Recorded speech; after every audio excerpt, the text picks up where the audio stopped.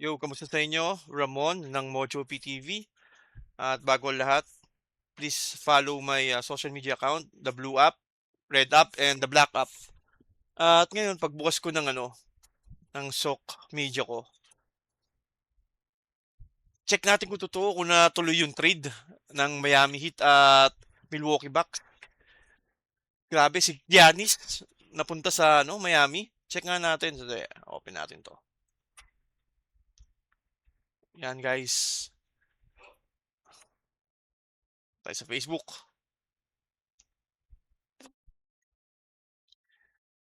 Miami Heat. Tayo mismo sa page ng Miami.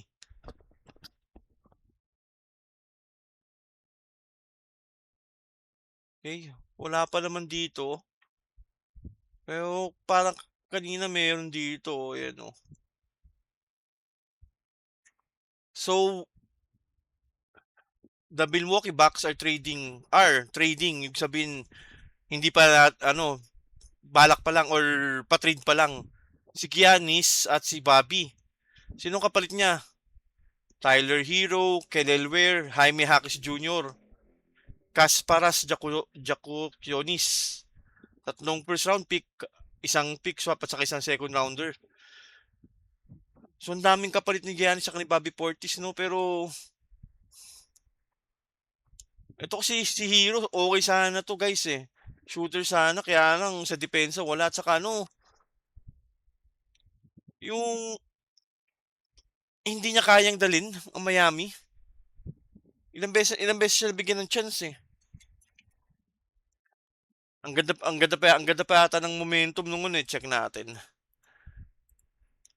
Um, Miami Heat 2026 standings. Hero, Hero not on team. Hero not on team.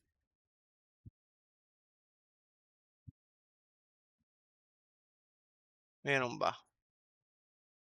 Tingnan natin sa EA mode.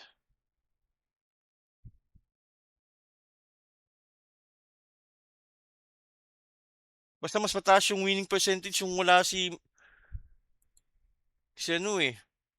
Tyler Hero eh. Pero sayang din si Kyle Elwer kaya lang nakitaan kasi ng ewan ko bakit biglang naging lamya yung laro niya. Pero anyways, silang taon na ba to si Si Giannis. Giannis Antetokounmpo age. 31 na siya, bata pa to. Pwede pa.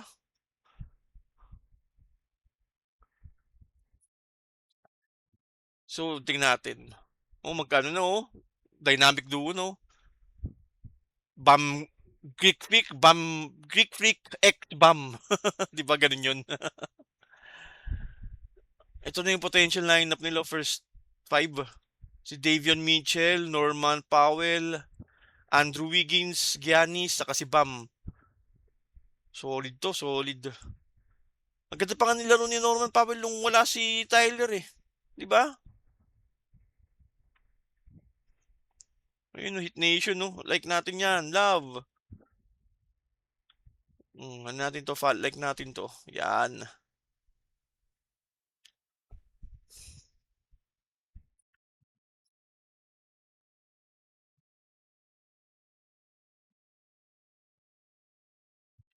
Ano na lang to? Dagdagan na lang nila ng magandang mga supporting. Okay na ulit tong Miami. Kasi taga ilang taon na silang nag-struggle eh. Ginawa naman lahat ng Miami yung kailangan nilang gawin eh.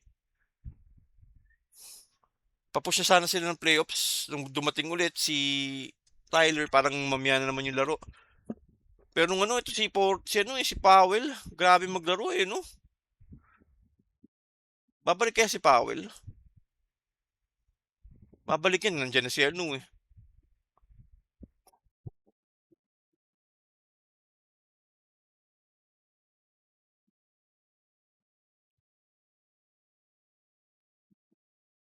So, yun na nga.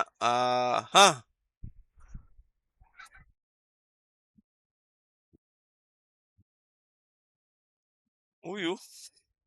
Babalik si, may, babalik pa si Lebron sa Miami? Hmm.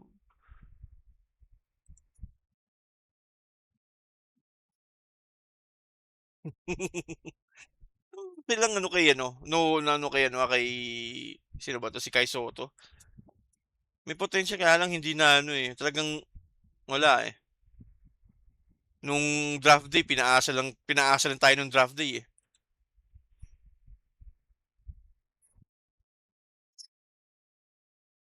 So, yun na nga, totoo nga yung report. Napunta na si Giannis sa Miami. Yung napunta si Giannis at saka si Portis sa Miami. At magandang development 'to. Pieces na nga kailangan around Giannis. Andiyan naman si Bam para tumulong sa depensa. So, hindi na oo, di na masyadong mahirapan sa scoring si ano, kasi scorer naman 'to si ano, eh, si Giannis, eh. And sayang, ganda yung laro ni Jaime Jaquez, pero wala, eh.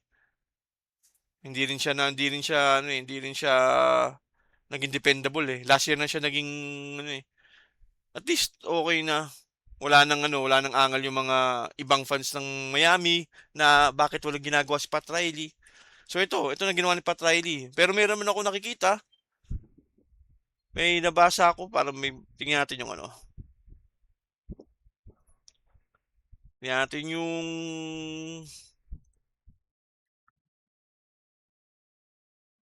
mga comments.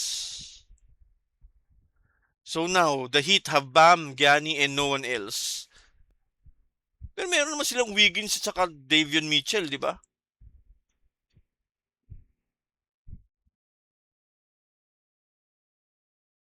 Ngayon naman, back daw nanalo sa ano. Check natin. Who won the trade? Back or Heat? Hindi natin yung masasagot ni Google yan, ah. Okay, okay, okay, okay. Who won?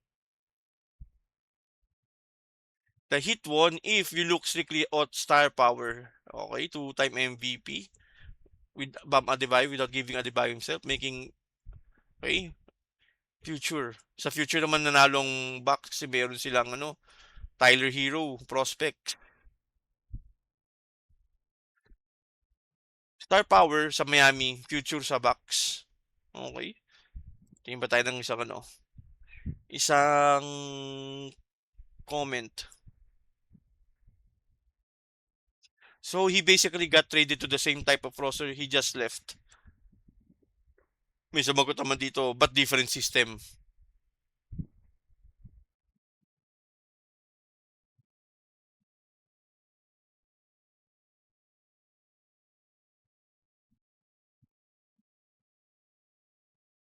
Tama naman to. Both teams are clearly rebuilding. Only time will tell. Whoever has a good bench won this trade. I have no idea who did. Jalen Brown ng Celtics. Pinapabalik nila si LeBron sa Miami. Oh. Babalik pa si LeBron sa Miami. Then now they got two big men and no shooters. Di ba shooter naman si Powell? At saka si Wiggins. Yan natin yung ano. Powell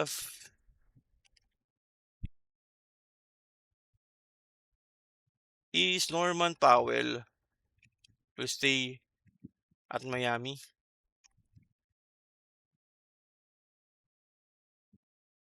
Oh, nasa unrestricted free agency pala siya.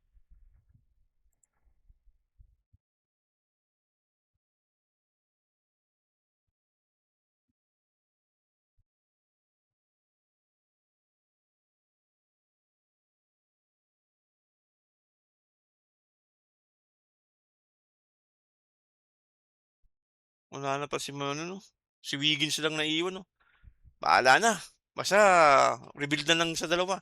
Rebuild kay Giannis at saka kay Bam. Giannis, Portis, and the Heat G League team.